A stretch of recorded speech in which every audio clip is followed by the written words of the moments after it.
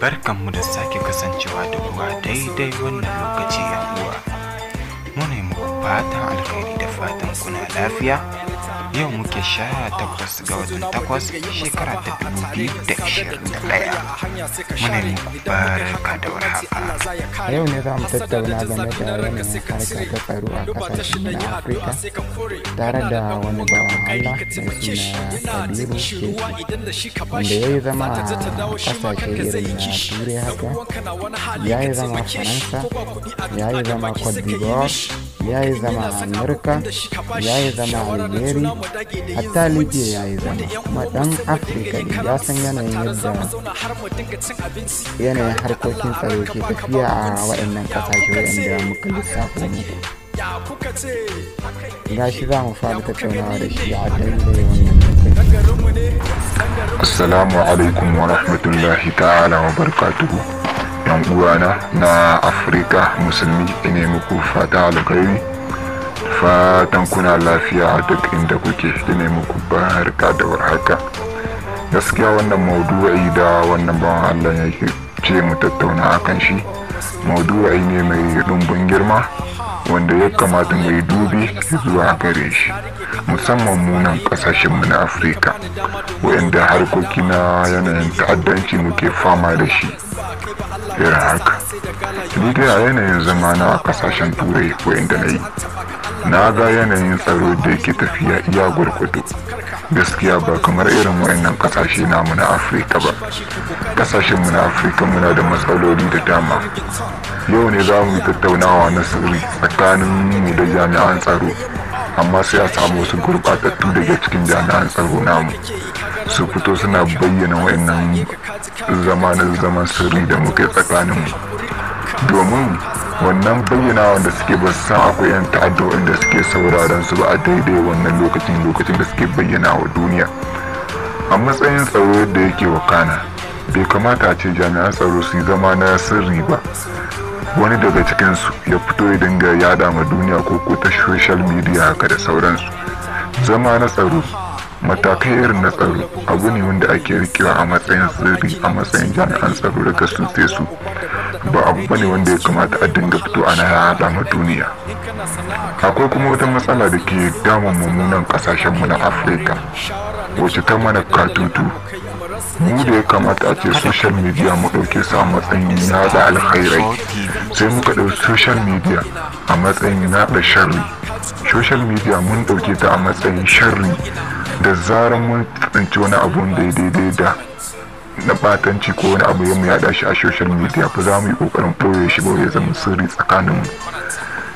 Da mai turai suka fi mu, turai sun fi mu da abubuwa da dama da matsayin ma social media.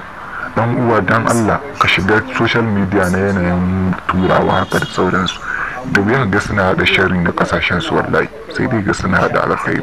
Sharri na faruwa a kasashen su amma ba sa yada shi a social media. Amma mu na Afirka wallahi mun fi yada sharri a social media fiye da alkhairi. Yau jami'an tsaro za su fita filin daga su kashe 'yan ta'adda da dama, amma ne maimakon a yi haɗa wa'in 'yan ta'addan da suka kashe, ba za a taɓa yaɗawa ba, sai dai a yaɗa 'yan ta'addan da suka kashe jami'an tsaro. Me ke damun mu don Allah Afirka? Me ke damun mu?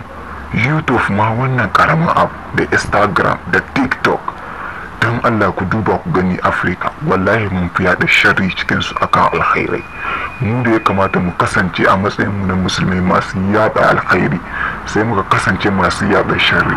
Turawa sun fito da wa'annan abubuwan ne domin mutane su zamanto sun amfana da su, amma mu sai zamana ya zamanto kuma baya a gare mu. Me amfani wannan rayuwar da muke? YouTube maimakon mutanen mu ya zamanto suna yaɗa alkhairai cikin shi, kowanne ya bude wannan din shi kafa ta YouTube ya fi yaɗa sharri fiye da alkhairi. Wallahi ba kafara, ba zan yi kafara ba. A cikin kashi 100 wallahi kashi 90 da wani abu sharri ne ake yada cikin YouTube ba alkhairi. kashi 5 ne za a samu zuwa 3 masu yada alkhairi daga cikin wannan tasha, wannan kafa ta YouTube.